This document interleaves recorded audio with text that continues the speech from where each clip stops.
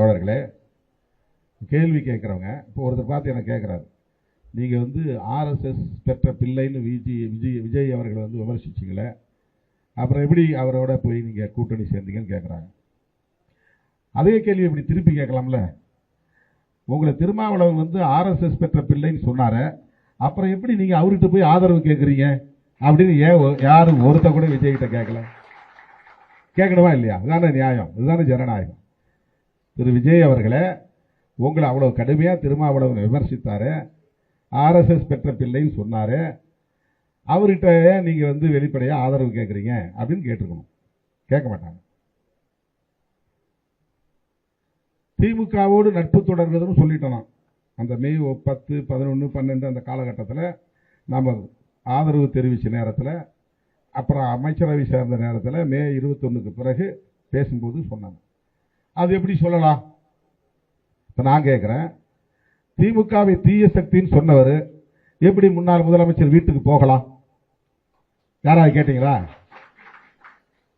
தீய சக்தின்னு சொன்னாரா இல்லையா? அப்போ அண்ணன் ஸ்டாலின் அவர்கள்ட்ட நீங்க கேட்கணும், என்னங்க உங்களை தீய சக்தின்னு சொன்னாரு, அவரை ஏன் நீங்க போய் வரவேற்கிறீங்கன்னு கேள்வி கேட்கணும். அல்லது நீங்க தீய சக்தின்னு சொன்னீங்க, அவரை எதிர்த்து தானே உங்களுக்கு மக்கள் ஓட்டு போட்டாங்க, அப்புறம் எந்த அடிப்படையில் நீங்க அவர் வீட்டுக்கு போனீங்க, அவரை போய் அவருடைய வாழ்த்துக்களை பெற்றீங்க அப்படின்னு நம்முடைய முதலமைச்சர் விஜய் அவர்களை பார்த்து கேட்கணும். யாராவது கேட்பாங்களா? கேட்பாங்களா? திருமாவளவன்ட்ட எல்லா பிரச்சனைகளுக்கும் கருத்து கேட்பாங்க. இது என்ன முழுமையா எதுவும் பார்க்காம இவங்க பத்திரிகையாளர் கேட்கிற கேள்வி மட்டும், இப்ப நான் வந்து சொல்லிட்டே இருப்பேன், இவங்க இப்ப டைப் பண்ணிட்டே இருப்பாங்க. இவங்க புரிதல் என்னவோ அந்த புரிதல் இருந்து டைப் பண்ணுவாங்க. அவங்களுக்கு என்னன்னா, ஓ இப்படி சொன்னாரா, உடனே வந்து விஜய்க்கு எதிராக திருமாவளவன் கருத்து, ஸ்டாலினுக்கு எதிராக திருமாவளவன் கருத்து, எதையாவது ஒரு கார்டு போட்டு பரபரப்பை உண்டு பண்ணுவாங்க. அப்ப ஏன் விஜய்கிட்ட போய் கேள்வி கேட்கல நீங்க? திருமாவளவன் கேட்டார். இது எப்படி குழப்பி விடலாம்? குழப்பி விட்டுட்டு திருமாவளவன் குழப்புகிறாரும்பா. குழம்புறவன் நீங்க, குழம்புறது நீங்க, குழப்பி விடுறது நீங்க. நான் என்ன குழப்புறேன்?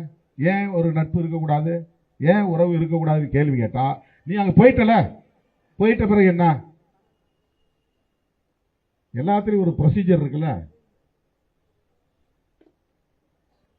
அதிகாரப்பூர்வமான அறிவிப்புங்கிறது ஒன்று இருக்குல்ல, ஒரு அபிஷியல் டிக்ளரேஷன் வேணும்ல.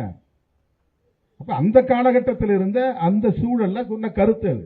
அதுதான் ரெட்டமலை சீனிவாசனுடைய பிறந்த நாள் அன்னைக்கு சொல்றேன்.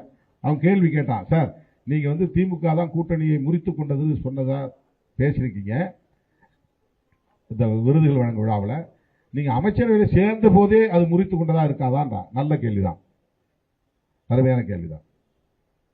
அப்ப நான் என்ன சொன்னேன், அந்த காலம் வரையில் நான் மேடையில் பேசும்போது திமுகவோட நாங்க நல்ல தொடர்பு தான் இருந்தோம்.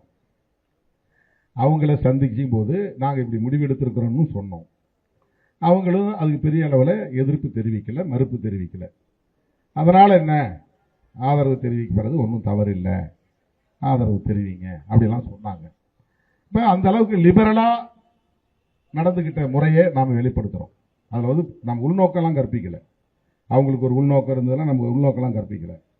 அல்லது நாங்கள் போய் பர்மிஷன் வாங்கணும் அப்படின்னு அது அர்த்தம் கிடையாது. எங்களுக்கு இருக்கிற அந்த தோழமை உணர்வின் அடிப்படையில் நாங்கள் எடுக்கிற முடிவை சொல்றோம். 10 நாள் கழித்து அமைச்சரவையில் சேருகிறோம், அதை சொல்றதுக்கும் நான் தொலைபேசி தொடர்பு கொள்றேன். தொடர்பு கொள்ள முடியல, மூத்த அமைச்சர்களை தொடர்பு கொள்றேன், 1-2 பேர்கிட்ட பேச முடிஞ்சது. அவங்க எல்லாமே ரைட்னா, அரசியல் சூழல் இப்படி மாறிச்சு, நீங்க எடுக்கிற முடிவு உங்க கட்சி நலனுக்கு உரியதா இருக்கட்டும், அவ்வளவுதான் சொன்னேன். இதை நாம ஓப்பனா பேசுறோம். இதுல என்ன ஓப்பனா பேசுறது என்ன தப்பு இருக்குது? இதுல என்ன உடனே நாங்க போய் அவங்கள்ட்ட பர்மிஷன் வாங்கிட்டு வந்தாங்கிற மாதிரி அதுல என்ன நேரேஷன்?